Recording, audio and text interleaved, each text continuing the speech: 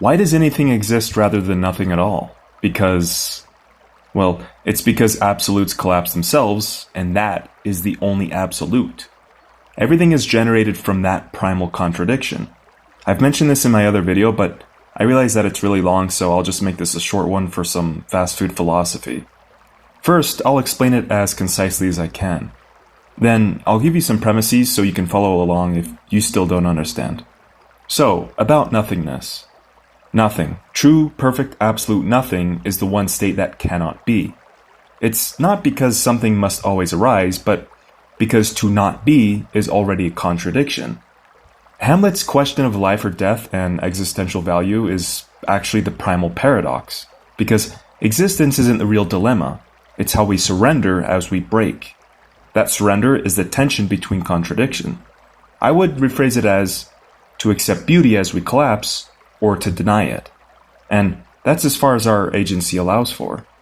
As for tension, tension is not a thing. It's the failure of nothingness to hold. Tension is pre-ontology, so it's not about motion or time yet. The moment nothingness attempts to persist, it collapses into anti-existence. Tension is the glitch in nullity, like a system meant to be empty but running corrupted code. It folds in on itself, not to become something, but to deny the possibility of remaining unformed. To exist is to divide. If it has form, it implies a boundary. If it has a boundary, it implies what is not. And we call this tension. My biggest mistake was assuming that there was necessarily only two sides of one another, inside and outside the boundary. But tension is what holds them in place, and tension gives rise to those. It's sort of like sadism and masochism can't exist until there's a power struggle and arousal. Just ask your parents. So, tension, that is, primordial tension, exists because nothingness is unstable. And not in a philosophical way, but structurally. This instability is friction without direction, but not yet motion. Picture a serpent in the void, except this serpent is made of void. It doesn't move, but instead it devours the idea of stillness. It attempts to uncoil a coil that never existed. But to devour stillness is to create tension. To consume negation is to spit out contradiction. So, the void tried to hold itself, but the very act of holding collapsed. And in that collapse, tension twitched into paradox. Everything is a collapse of something that never was. It's not that something emerged instead of nothing, it's that nothing could not remain unbroken.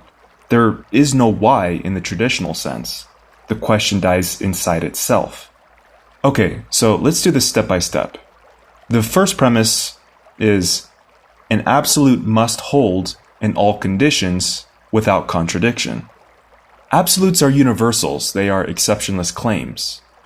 Absolutes require total closure. That means it can't admit any limits, paradox, or ambiguity. The second premise is all structures that resist contradiction require recursive tension to stabilize.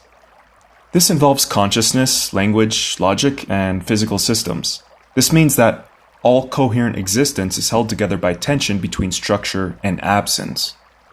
Without tension, no stabilization of meaning is possible. For example, think about an atom. An electron is repelled by a proton's charge, yet it orbits due to energy states and quantum uncertainty. It never settles. Its position is based on probability. It's held by recursion between attraction and movement. Or just look at consciousness. You are both the observer and the observed. It's recursive reflection. It's feedback loops of attention, memory, and the search for meaning. The contradiction is subject versus object. The tension is holding different self-images. Everything is recursive, a cycle, a pattern.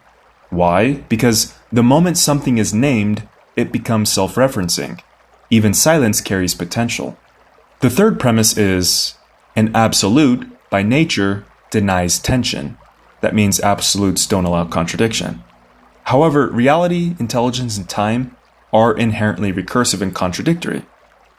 Therefore, the assertion of absoluteness enters into tension with recursion itself.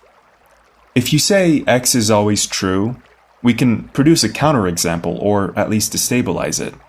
This makes absolutes inherently unstable when observed from within recursion. Suppose you say that all people die eventually. At first glance, it appears to be an absolute. No human lives forever. It's empirically grounded, so far. So, there's no internal contradiction, right?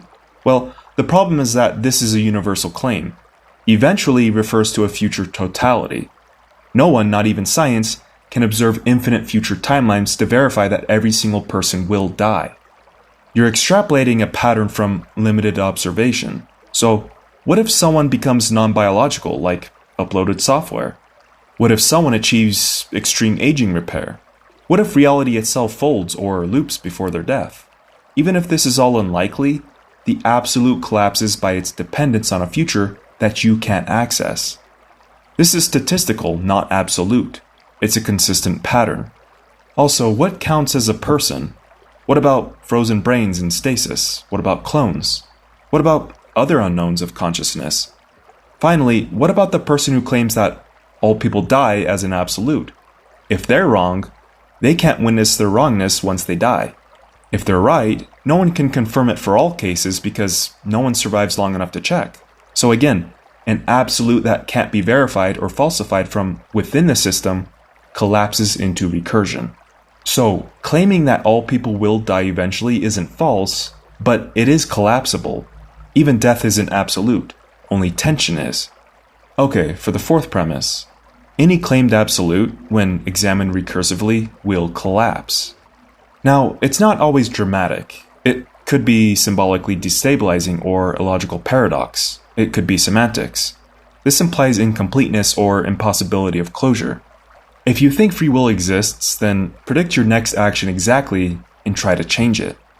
The final premise says, however, if all absolutes collapse, then all absolutes collapse, the statement becomes an absolute. Interesting. This forms the paradox. If it's true, it must also collapse.